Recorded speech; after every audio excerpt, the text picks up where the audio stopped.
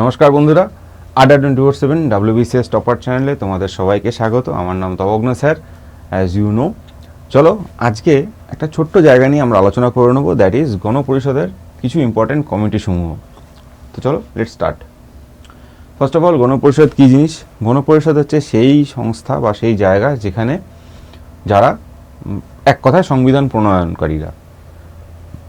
ভারতে যখন cabinet mission আসে, ক্যাবিনেট মিশন প্ল্যান 1946, তার আগমনের জন্যই ভারতে সংবিধানের তৈরি করার জন্য গণপরিষদ তৈরি করা হয়।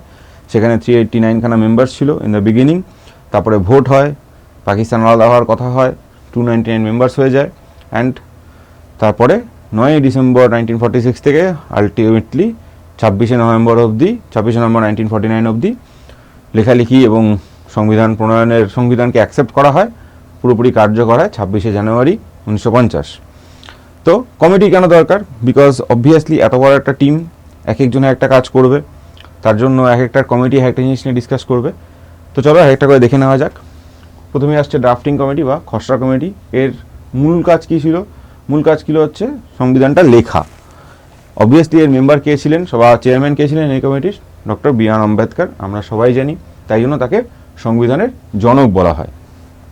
এই কমিটির সুপারিশ এবং প্রতিবেদনের ভিত্তিতেই সম্পূর্ণ সংবিধানের ড্রাফট তৈরি হয়েছিল।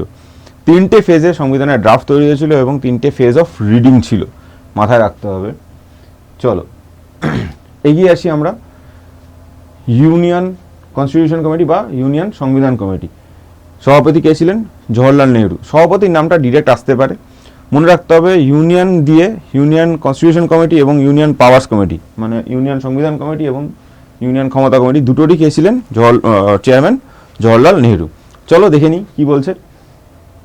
বেসিক্যালি কনস্টিটিউশনের মাধ্যমে কেন্দ্র সরকারের সাংবিধানিক কাঠামোটা কীরকম হবে, কেন্দ্রীয় সরকারের আইনসভা কীরকম হবে, কীভাবে আইনসভার গঠন হবে, প্রধানমন্ত্রীর ভূমিকা কী হবে, ক্ষমতা কী হবে, রাষ্ট্রপতির সাংবিধানিক ভূমিকা কী হবে, এই সমস্ত ব্যাপার নিয়ে আলোচনা মতামত ছিল হচ্ছে এই কমিটির। ইউনিয়ন পাওয়ার্স কমিটি মূলত কেন্দ্র এবং রাজ্যের মধ্যে ক্ষমতার বন্টন, কেন্দ্র তালিকা, স্টেট তালিকা, ইউনিয়ন লিস্ট, স্টেট লিস্ট, এসব নিয়ে আন্তর রাজ্য সম্পর্ক এবং কেন্দ্র রাজ্য সম্পর্ক কীরকম হবে এসব নিয়ে এদের কার্যকর ছিল। প্রাদেশিক সংবিধান কমিটি এবং মৌলিকাধিকার উপকমিটি। চেয়ারম্যান কে ছিল প্রাদেশিক সংবিধান কমিটি, প্রভিন্সিয়াল কনস্টিটিউশন কমিটির? ডক্টর সর্দার বল্লভভাই প্যাটেল। তাকে আমরা ভারতের লৌহমানব বা আয়রন ম্যান নামেও জানি। তার দৃঢ় নেতৃত্ব ভারতকে ইন্টিগ্রেট করতে সাহায্য করেছিল। কারেক্ট? তো এই কমিটির কাজ বেসিক্যালি কি?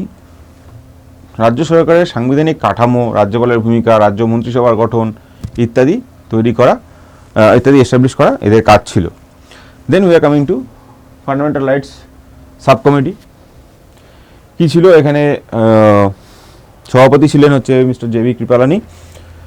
নাগরিকদের মৌলিক অধিকার নির্ধারণে অত্যন্ত গুরুত্বপূর্ণ ভূমিকা রেখেছে। সমতার অধিকার, স্বাধীনতার অধিকার, শোষণের বিরুদ্ধে অধিকার, ধর্মীয় স্বাধীনতার অধিকার, এই যে সমস্ত ফান্ডামেন্টাল রাইটস যেগুলো আমরা পার্ট 3-তে পড়ে থাকি 12 থেকে 35 নম্বর আর্টিকেলে, সেইটা সমস্ত কিছু আলোচনা হয়েছিল এই কমিটির মধ্যে।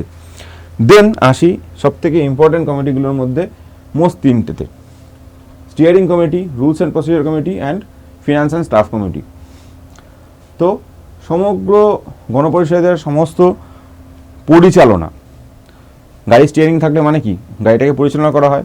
তো পুরো যে একটা এত বড় গণপরিষদ তৈরি হয়েছে, কনস্টিটিউয়েন্ট অ্যাসেম্বলি তৈরি হয়েছে, সেটার পরিচালনা সেটা কীভাবে হবে, বিভিন্ন কাজের মধ্যে কোঅর্ডিনেশন কীভাবে হবে, কখন কোন কাজটা হবে, কোনটার সময় কোনটা হবে, টাইমলাইন কী হবে, কখন কোনটা পর্যালোচনা হবে, সেই সমস্ত কিছু, এবং অবভিয়াসলি সংবিধানের এনঅ্যাক্টমেন্ট, এসব কিছু কীভাবে হবে, এটা ছিল স্টিয়ারিং কমিটির দায়িত্ব। এবং সভাপতি কে ছিলেন? Doctor Rajendra Prasad. Then we are coming to rules and procedures committee. Obviously সেখানেও ডক্টর রাজেন্দ্র প্রসাদ। কমিটি থেকে তোমাকে ডিরেক্ট সভাপতি বা চেয়ারম্যানের নাম আসতেই পারে, জিজ্ঞেস করতেই পারে। আচ্ছা, গণপরিষদের বিতর্ক, আলোচনা, নিয়মকানুন নির্ধারণের জন্য এই কমিটি তৈরি হয়। সংসদের যারা বক্তৃতা দিচ্ছেন তাদের বক্তব্যের জন্য সময়সীমা, কোনো যদি চেঞ্জেস আনার কথা হয় সেটা নিয়ে যদি প্রস্তাব করা হয় তার প্রসেস কী, ভোট গ্রহণের প্রসেস কী ইত্যাদিগুলো। ফাইন্যান্সিয়াল স্টাফ অবভিয়াসলি কর্মী নিয়োগ পরিচালনার দায়িত্ব, মানে রিক্রুটমেন্ট কীভাবে হবে, কীভাবে তাদের হ্যান্ডেল বা ম্যানেজমেন্ট করা হবে, এটা ছিল তাদের দায়িত্ব। চলো, এই একটা জায়গায় সমস্ত কমিটির নাম, চেয়ারম্যান এবং কোন ডিপার্টমেন্টের সেই সমস্ত ডিটেলসগুলো দেওয়া আছে। এই ডকুমেন্টটা তোমরা পেতে পারো এই দুটো পোর্টালের মধ্যে, মানে হোয়াটসঅ্যাপ গ্রুপ এবং টেলিগ্রামের মধ্যে। কোনো ডাউটস থাকলে আমরা জিজ্ঞেস করতে পারো হোয়াটসঅ্যাপ আর কল করে এই নাম্বারের মধ্যে, এবং কোনো কোর্স আমাদের মধ্যে নেওয়া থাকলে তোমরা অবভিয়াসলি জয়েন করতে পারো আমাদেরকে, এবং আমার ডিসকাউন্ট কোড আবার দেখিয়ে দিই YT60 এর মাধ্যমে। থ্যাংক ইউ ফর ওয়াচিং আড্ডা 24/7 WBCS টপার চ্যানেল। তোমার দিন শুভ হোক, বাই বাই।